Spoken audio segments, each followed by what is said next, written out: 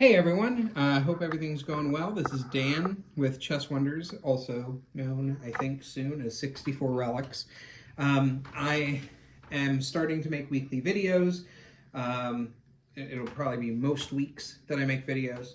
And I wanted to share with you as one of the first videos of me kind of, really hitting critical mass and launching this in a big way, a really interesting clock. It's not a valuable clock, financially, but it's a fascinating piece of chess clock history and chess history in general.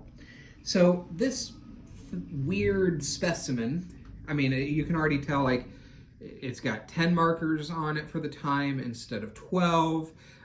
They're all in reverse. It's on a black dial, which other clocks have had black dials before. You've got some versions of the Yantar, as an example, have used black dials, which I actually think is really striking, to be honest with you. I like black dials, but whatever. This is a rare US-made chess clock. They were not common, or that today they're not common, and they weren't really produced for a very long period of time, and there's a reason why. So somebody at the US Chess Federation in the 1960s had the harebrained idea that we should probably change how we flag people in tournaments. So there were a few different methods here to doing this. You had, well, first off, let me just tell you the history of the chess flag, which I have been educated on by somebody who is a true master of the subject. Prior to the flag being created, which was in 1899, the expired time could remain debatable. Had the minute hand truly passed the limit or not? And this created disputes, especially in time trouble, especially when both people were in time trouble. Now, the gentlemanly thing would have been to just say, hey, by the way, I flagged, my bad, oh well, it's game over. But in any competitive endeavor, you can't rely on people to do that, honestly, 100% of the time. So from the time the chess clock was first invented in 1883 until 1899 when it was created, there was no flag. And even after it was invented in 1899, there were still clocks that were made for quite a while after that that did not have flags on them. In fact, Jake's, which made the Jake's Congress clock, which is, I don't have one of them yet, but I'd like to get one soon, is one of the most desirable chess clocks in the world. Continued to not use flags as the standard for their clocks until 1917. So adoption was truly, truly gradual at the time. By the way, the creation of the flag, it was known as the Myers system. So there is documentation of that as well. In fact, a 1910 advertisement showed the Myers system, and it shows growing demand for clocks equipped with flags. Now, this actually reminds me of something not chess related, which is the windshield wiper. It's a small addition that made a huge impact to vehicles. Because when it's raining or snowing or sometimes foggy, windshield wipers come in great handy if you get debris on your car, so on and so forth. So the flag is kind of like the windshield wiper of chess. I guess you could say small, inexpensive, big, outsized impact for the community. So now there were a couple of other methods of flagging people that had been experimented with at the time.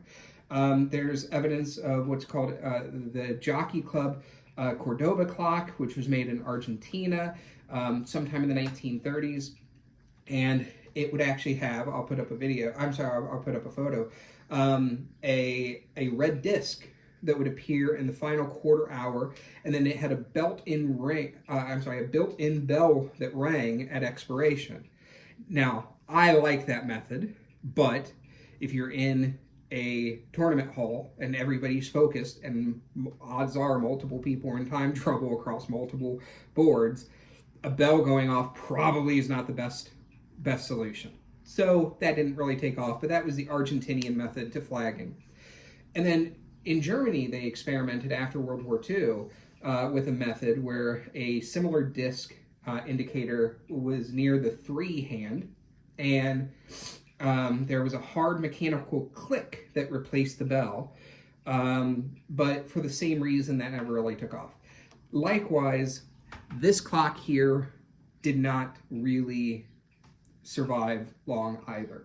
So there is an advertisement from March of 1968 in Chess Life, and they described it as the official USCF chess timer. They sold it for $30 at the time, and they described it as perfect for 5-minute chess or for match play. They said no more guesswork, no more confusion, no more hanging flags to worry you. Buzzer sounds, white flag rises at rear of clock. Inescapable evidence is presented whenever a time limit is overstepped. Now, what's interesting about this to me, and I don't know if mine is actually just defective or if their description was wrong, because they said flag rises.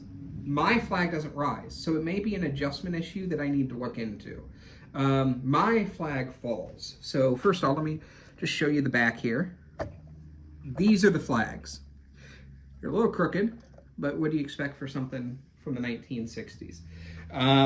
You know, it's lived a lot of life. It's had a lot of experiences, and you can't expect it to be in perfect shape. Now, when you have this timer is almost ready to flag. So it might take just a moment here, but I'll show you the video actually of it falling.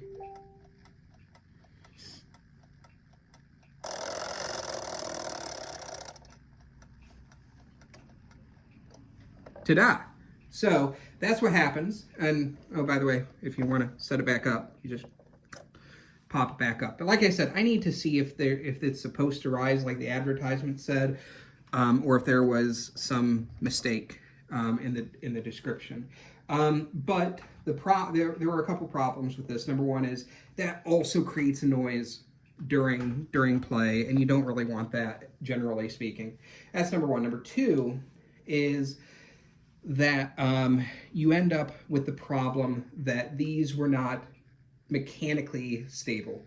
You would end up with, you know, the fact of the matter was that these mechanical parts that caused the flag were fragile, they were complex, and that ended up really dooming it at the end of the day. So yeah, that's all I got for this video for today. I really appreciate you tuning in, learning more about this stuff, and if there are any questions that you have, please let me know. Comment, like, subscribe, and that's it. Peace out.